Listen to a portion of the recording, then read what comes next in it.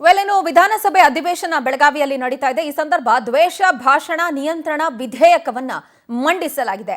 ವಿಧಾನಸಭೆಯಲ್ಲಿ ದ್ವೇಷ ಭಾಷಣ ನಿಯಂತ್ರಣ ವಿಧೇಯಕ ಮಂಡನೆಯಾಗಿದ್ದು, ದ್ವೇಷ ಭಾಷಣ ನಿಯಂತ್ರಣ ಬಿಲ್ ಅನ್ನ ಗೃಹ ಸಚಿವ ಡಾಕ್ಟರ್ ಜಿ ಪರಮೇಶ್ವರ್ ಮಂಡಿಸಿದ್ದಾರೆ. ದ್ವೇಷ ಭಾಷಣಕ್ಕೆ ಕಠಿಣ ರೂಲ್ಸ್ ಅನ್ನ ಒಳಗೊಂಡಿರುವಂತಹ ವಿಧೇಯಕ ಇದು. ಇದನ್ನ ಪಾಸ್ ಮಾಡಬೇಕು ಅಂತ ಹೇಳಿ ಮಂಡಿಸಲಾಗ್ತಾ ಇದೆ. ಮೊದಲ ಪ್ರೊಸೀಜರ್ ದ್ವೇಷ ಭಾಷಣಕ್ಕೆ ಗರಿಷ್ಠ 10 ವರ್ಷಗಳ ತನಕ ಶಿಕ್ಷೆಯನ್ನ ಕೊಡಬಹುದು ಅಂತ ಹೇಳಿ ಈ ವಿಧೇಯಕ ನಿರ್ಮಿಸಲಾಗಿದೆ. ಸುಮಾರು 1 ಲಕ್ಷದ ತನಕ ದಂಡ ವಿಧಿಸುವ ಅವಕಾಶ ಕೂಡ ಇದೆ. ಅಪರಾಧ ಪುನರಾವರ್ತನೆಗೆ 2 ರಿಂದ 10 ವರ್ಷ ಜೈಲು ಶಿಕ್ಷೆ. ಮೊದಲ ಬಾರಿಗೆ ದ್ವೇಷ ಭಾಷಣ ಮಾಡಿದ್ರೆ 7 ವರ್ಷಗಳ ಕಾಲ ಶಿಕ್ಷೆ, ಜೊತೆಗೆ 50,000 ರೂಪಾಯಿ ತನಕ ದಂಡ ವಿಧಿಸುವ ಅವಕಾಶ. ಈ ಬಿಲ್ ಮಂಡನೆ ಆಗ್ತಿದ್ದಂತೆ ತೀವ್ರ ವಿರೋಧ ವ್ಯಕ್ತಪಡಿಸಿದ್ದಾರೆ ಬಿಜೆಪಿ ಸದಸ್ಯರು. ಮೈಕ್ ಕೈ ಕೊಟ್ಟ ಕಾರಣ ಸೈಲೆಂಟ್ ಆಗಿದ್ದಾರೆ. ಈ ಸಂದರ್ಭ ಚರ್ಚೆಯಾಗುವಾಗ ತೀವ್ರ ಗದ್ದಲ ಉಂಟಾಗುವ ಸಾಧ್ಯತೆಗಳು ಸದ್ಯ ಕಂಡು ಬರ್ತಾ ಇದೆ. ದ್ವೇಷ ಭಾಷಣ ನಿಯಂತ್ರಣ ಬಿಲ್ಲು ಇದನ್ನ ಬಿಜೆಪಿಯನ್ನ ಟಾರ್ಗೆಟ್ ಮಾಡಿಕೊಂಡು ಕಾಂಗ್ರೆಸ್ ಸರ್ಕಾರ ತರ್ತಿದೆ ಅಂತ ಹೇಳಿ ಈಗಾಗಲೇ ಮಾತುಗಳು ರಾಜಕೀಯ ಪಡಸಾಲೆಯಲ್ಲಿ ಕೇಳಿ ಬರ್ತಾ ಇದೆ.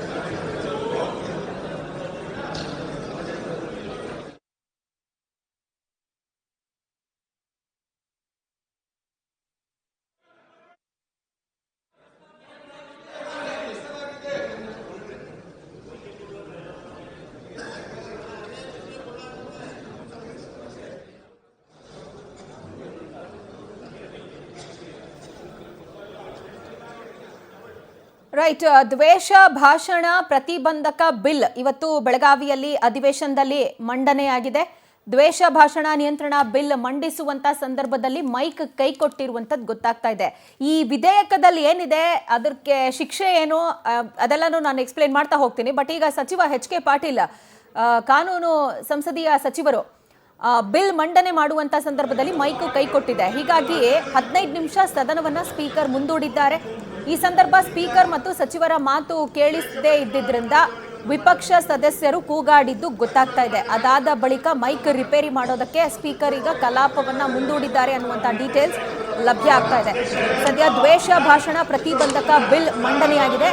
ಅಂಡ್ ಅಫ್ಕೋರ್ಸ್ ಇದಕ್ಕೆ ಆಬ್ವಿಯಸ್ಲಿ ವಿಪಕ್ಷಗಳಿಂದ ವಿರೋಧ ಅನ್ನುವಂಥದ್ದು ವ್ಯಕ್ತ ಆಗುತ್ತೆ. ದ್ವೇಷ ಭಾಷಣವನ್ನ ಪ್ರಸಾರ ಮಾಡುವಂತಹ ಅಥವಾ ಆ ಭಾಷಣವನ್ನ ಮಾಡುವಂಥವ್ರು ಎಲ್ಲರ ವಿರುದ್ಧ ಕಠಿಣ ಕ್ರಮ ತೆಗೆದುಕೊಳ್ಬೇಕು ಅಂತ ಹೇಳಿ ಈ ವಿಧೇಯಕ ಹೇಳುತ್ತೆ.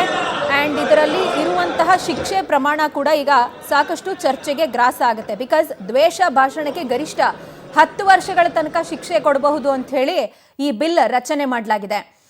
1 ಲಕ್ಷದ ತನಕ ದಂಡ ವಿಧಿಸುವ ಅವಕಾಶವನ್ನ ಕೂಡ ಹೊಂದಲಾಗಿದೆ. ಇದರ ಜೊತೆಗೆ ಅಪರಾಧ ಪುನರಾವರ್ತನೆ, ಈಗ ಒಂದ್ಸರಿ ಏನೋ ದ್ವೇಷ ಭಾಷಣ ಮಾಡಿದ್ದಾರೆ ಅಂತ ಹೇಳಿ ಅವ್ರ ಮೇಲೆ ಕೇಸ್ ರಿಜಿಸ್ಟರ್ ಆಯಿತು ಅಂತ ಹೇಳಿ ನೆಕ್ಸ್ಟ್ ಟೈಮ್ ಮತ್ತೆ ಅದೇ ಇನ್ಸಿಡೆಂಟ್ ರಿಪೀಟ್ ಆಯಿತು ಅಂತ ಹೇಳಿದ್ರೆ ಆವಾಗ 2 ರಿಂದ 10 ವರ್ಷದ ತನಕ ಜೈಲು ಶಿಕ್ಷೆ ವಿಧಿಸುವ ಅವಕಾಶ ಇದೆ ಅಂತ ಹೇಳಿ ಗೊತ್ತಾಗ್ತಾ ಇದೆ. ಆ್ಯಂಡ್ ಮೊದಲ ಬಾರಿಗೆ ದ್ವೇಷ ಭಾಷಣ ಮಾಡಿದವ್ರಿಗೆ 7 ವರ್ಷಗಳ ಕಾಲ ಶಿಕ್ಷೆ ಅಂತೆಲ್ಲ ಇದರಲ್ಲಿ ಉಲ್ಲೇಖ ಆಗಿದೆ. ಆ್ಯಂಡ್ ಇದರ ವ್ಯಾಪ್ತಿಗೆ ಯಾರ್ಯಾರನ್ನ ತೆಗೆದುಕೊಂಡು ಬರ್ತಾರೆ ಆ ಬಗ್ಗೆ ಎಲ್ಲ ಸ್ವಲ್ಪ ಕ್ಲಾರಿಫಿಕೇಶನ್ಸ್ ಲಭ್ಯ ಆಗಬೇಕು. ದ್ವೇಷ ಭಾಷಣ ನಿಯಂತ್ರಣ ಬಿಲ್ ಸದನದಲ್ಲಿ ಮಂಡನೆಯಾಗುವಂತ ಸಂದರ್ಭದಲ್ಲಿಯೇ ಮೈಕ್ ಕೈ ಕೊಟ್ಟಿದೆ. ಸಚಿವ ಎಚ್.ಕೆ. ಪಾಟೀಲ್ರು ಈ ಬಿಲ್ ಮಂಡಿಸುವಾಗ ಮೈಕ್ ಕೈ ಕೊಟ್ಟಿದ್ದು. ಹೀಗಾಗಿ 15 ನಿಮಿಷಗಳ ಕಾಲ ಸದನವನ್ನ ಸ್ಪೀಕರ್ ಮುಂದೂಡಿದ್ದಾರೆ. ಆ ಮೈಕ್ ರೆಡಿ ಮಾಡಬೇಕಲ್ವಾ, ಹಂಗಾಗಿ ಒಂದು 15 ನಿಮಿಷ ಟೈಮು ಅಂತ ಹೇಳಿ ಸ್ಪೀಕರ್ ಕಲಾಪವನ್ನ ಮುಂದೂಡಿದ್ದಾರೆ. ಬಟ್ ಈ ಸಂದರ್ಭ ಸ್ಪೀಕರ್ ಮತ್ತು ಸಚಿವರ ಮಾತು ಕೇಳಿಸದೆ ವಿಪಕ್ಷ ಸದಸ್ಯರು ಕೂಗಾಡಿದ್ದಾರೆ ಅಂತ ಹೇಳಿ ಗೊತ್ತಾಗ್ತಾ ಇದೆ. ಈಗಾಗಲೇ ನಾವು ಗಮನಿಸ್ತಾ ಇದ್ದೀವಿ, ಈ ದ್ವೇಷ ಭಾಷಣ ಪ್ರತಿಬಂಧಕ ಬಿಲ್ ಅನ್ನ ಮೋಸ್ಟ್ ಇಂಪಾರ್ಟೆಂಟ್ಲಿ ಬಿಜೆಪಿಯನ್ನು ಟಾರ್ಗೆಟ್ ಮಾಡಿಕೊಂಡು ತಗೊಂಡು ಬರ್ತಿದ್ದಾರೆ ಅನ್ನುವಂಥ ಆರೋಪ ವಿಪಕ್ಷಗಳೇ ಮಾಡ್ತಿರೋದು. ರಾಜಕೀಯ ಪಡಸಾಲೆಯಲ್ಲಿ ಇಂಥದ್ದೊಂದು ಚರ್ಚೆ ನಡೀತಾ ಇದೆ. ಇವತ್ತು ಆ ಬಿಲ್ ಮಂಡನೆಯಾದಂತಹ ಸಂದರ್ಭದಲ್ಲಿ ವಿಪಕ್ಷಗಳು ಆಬ್ವಿಯಸ್ಲಿ ಇದಕ್ಕೆ ವಿರೋಧವನ್ನ ವ್ಯಕ್ತಪಡಿಸ್ತಾ ಇದ್ದಾರೆ. ಬಟ್ ಇಲ್ಲಿ ಮೈಕ್ ಕೂಡ ಸ್ವಲ್ಪ ಮಟ್ಟಿಗೆ ಅಲ್ಲಿ ಸಮಸ್ಯೆ ಉಂಟು ಮಾಡಿದೆ. ಮೈಕ್ ಸರಿಯಾಗಿ ಕೇಳಿಸದೇ ಇದ್ದಿದ್ರಿಂದ ಸ್ಪೀಕರ್ ಸದನವನ್ನ ಮುಂದೂಡಿದ್ರು, ಕಲಾಪವನ್ನ ಮುಂದೂಡಿದ್ರು. ಹಾಗಾಗಿ ಬಿಜೆಪಿ ಅವರು ಯಾಕೆ ಕಲಾಪ ಮುಂದೂಡ್ತೀರಾ ಅಂತೆಲ್ಲ ಅಲ್ಲಿ ಕೂಗಾಡಿದ್ದು ಸದ್ಯ ಗೊತ್ತಾಗ್ತಾ ಇದೆ.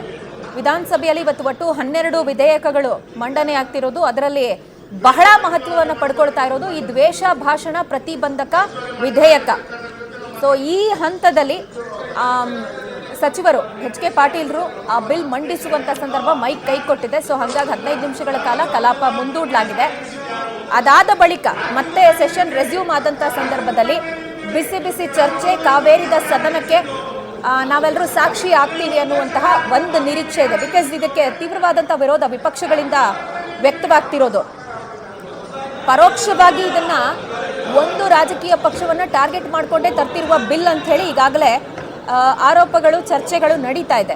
ಸೊ ಬಿಜೆಪಿ ಇದಕ್ಕೆ ತೀವ್ರವಾದಂತಹ ವಿರೋಧ ವ್ಯಕ್ತಪಡಿಸುವ ಸಾಧ್ಯತೆ ಇದೆ. ಆ್ಯಂಡ್ ಇದರ ಜೊತೆಗೆ ಈಗಷ್ಟೇ ಧರ್ಮಸ್ಥಳದ ಬುರುಡೆ ಗ್ಯಾಂಗಿನ ಷಡ್ಯಂತ್ರ ಅದು ಕಂಪ್ಲೀಟ್ ಕಾನ್ಸ್ಪಿರಸಿನೇ ಹೌದು ಅಂತ ಹೇಳಿ ವರದಿ ಸಲ್ಲಿಕೆಯಾಗಿದೆ. ಸೊ ರಾಜ್ಯ ಸರ್ಕಾರದ ವಿರುದ್ಧ ವಿಪಕ್ಷಗಳು ಈ ಪ್ರಕರಣಕ್ಕೆ ಸಂಬಂಧಪಟ್ಟಂತೆ ಕೂಡ ಮುಗಿ ಬೀಳುವ ಸಾಧ್ಯತೆ, ಅದು ಬಹುಶಃ ಇವತ್ತೇ ಆಗುತ್ತೋ ಅಥವಾ ನೆಕ್ಸ್ಟ್ ವೀಕಲ್ಲಿ ಲಾ ಆ್ಯಂಡ್ ಆರ್ಡರ್ನ ಕುರಿತಾದಂಥ ಚರ್ಚೆಗಳ ಸಂದರ್ಭದಲ್ಲಿ ಆಗುತ್ತೋ. ಒಟ್ಟು ಒಂದು ಕಾವೇರಿದ ಸದನಕ್ಕೆ ಇವತ್ತು ಈ ಪ್ರತಿಬಂಧಕ ದ್ವೇಷ ಭಾಷಣ ಪ್ರತಿಬಂಧಕ ಬಿಲ್ ಅಂತೂ ವೇದಿಕೆ ಆಗೋದು ದೊಡ್ಡ ಮಟ್ಟದಲ್ಲಿ ಸಾಧ್ಯತೆ ಇದೆ, ನಿರೀಕ್ಷಿತ.